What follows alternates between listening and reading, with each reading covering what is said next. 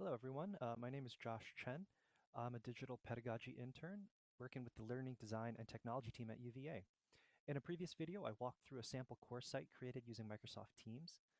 And in this video, I'm going to show some of the steps to creating that course site. So we're going to look at three aspects of this: how to use channels to create dedicated course sections, how to use tabs, add tabs to include tools such as external websites or documents, and how to use notebooks to facilitate course instruction. So first of all, when we go to Teams, there's a tab called Teams, and we can create a team. Again, we'll click on Create Team here, use the class template, and we'll type in our name for the course. You could populate your course with your students here, but we're going to skip that for now. And if you want to do that in the future, you come here to the ellipsis next to the course name, and there's a place to add members. But for now, we're looking at the course itself, and you'll see it's pretty bare bones. It comes with one default channel, the general channel, which you can use for instruction and has its own tabs. But one of the things that's helpful to do is to add additional tabs for different instructional purposes, additional channels, sorry. So one channel I like to add, for example, is announcements, to keep announcements from cluttering up the general channel. And since I want everyone to see this automatically, I'm going to click on this box here. This automatically makes sure that every student sees that channel in their channel list over here. Likewise, you might be interested in adding a channel for different units of instruction. So I'll call, this one um, Foundational Concepts. Again, I want all of my students to see it, so they're going to see this unit-specific channel. However, you might want to add some channels that not everyone needs to see, right? So for example, if you want to do some small group discussion channels, breakout groups, in this case, I would leave this unchecked, and students can find the channels and add them themselves to their view here, so that it's not cluttered up on the side with channels that they're not going to use. Now, the next thing we want to do once we've created our channels for instruction is probably add tabs for various tools that we'll be using. So here we're going to go back to the general site.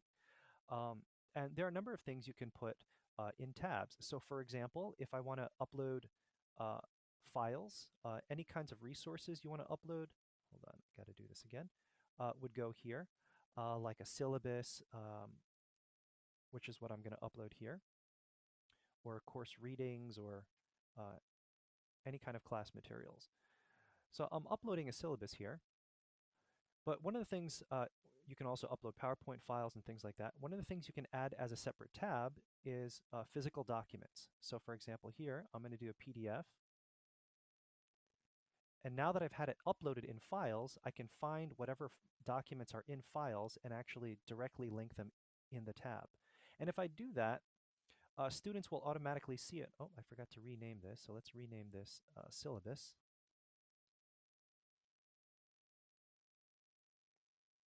And as you can see, it will load up on its own. So if students click directly on syllabus, they can view it right within the Teams framework here. And we can zoom in on it to make it more readable, and they can scroll down and read it right here. In addition, we may want to add websites. If you interact with various course tools like, for example, VoiceThread or Flipgrid or Hypothesis, right? We can add it directly here within Teams. You just have to put in the website. I do not need an announcement about adding this tool, so I'm going to uncheck that box. And now, anytime you want to use VoiceThread with your students, the students can go directly to the VoiceThread tab instead of an external browser. So it all looks like it's internal to Teams. Or perhaps you use other kinds of tools, like, for example, um, Poll Everywhere. Well, if I have a poll I've created that I want my students to respond to, I can put the link that Poll Everywhere has sent me here, and they can go directly to the poll. Again, it's present from within the Teams framework, so it doesn't look like an external web browser. They can just go right here. And you'll see the more tabs you add, some of them start disappearing under the caret, so you'll have to go here to find it.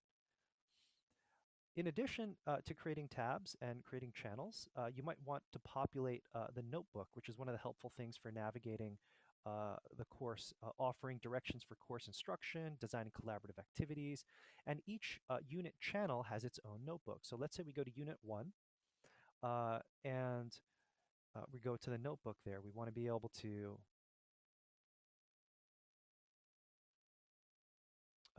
put some course material here, course instruction. The first thing it's going to do is the first time you open up the notebook, it's going to take a little bit to load up, and you're going to have to click on a button to create the notebook. So we're waiting for it to load here.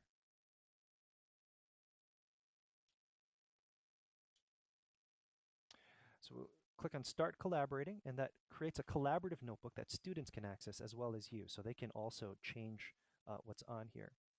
Now, we're going to start with a page here, and you can put a heading here. So for example, if I want to put the readings and assignments for this unit, it's one of the things I like to do. I'm going to cut and paste a list of course readings for this unit. You can see you can hyperlink articles.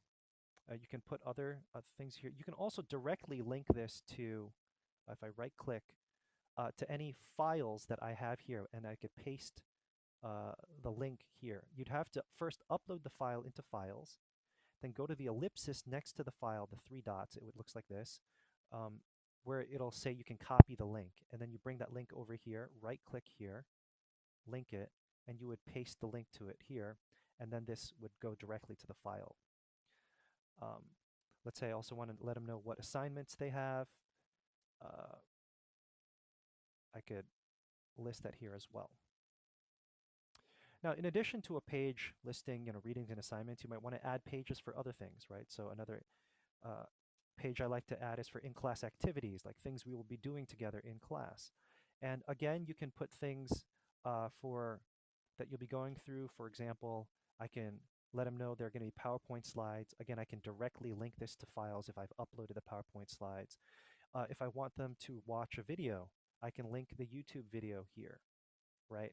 Hyperlink the video. Maybe there's lyrics to that I want them to see.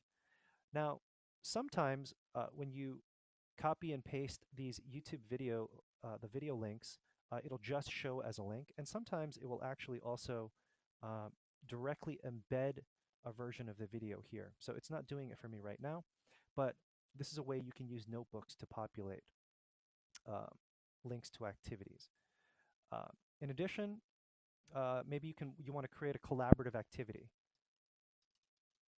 that you want them to actually contribute to, where you want to see their actual interaction with it. So for example, one thing I do at the start of the semester is I do a class covenant activity, right? So here is some instructions where I ask the students what kind of learning environment they want to provide. And here there's actually an invisible table. They can, say, they can put whatever they want to here. And you can see students type their contributions here. So you can also use these notebooks for collaborative activities. So in all of these cases, what you see is that this is a persistent space, and even when synchronous instruction is over, students can come back and revisit these instructions, these links and tabs and resources, the conversation threads that are in the channels. So there it is, a quick overview of how to add channels, add tabs, and use the notebooks to design a persistent, integrated, and collaborative learning environment for your course. I hope this has been helpful to you.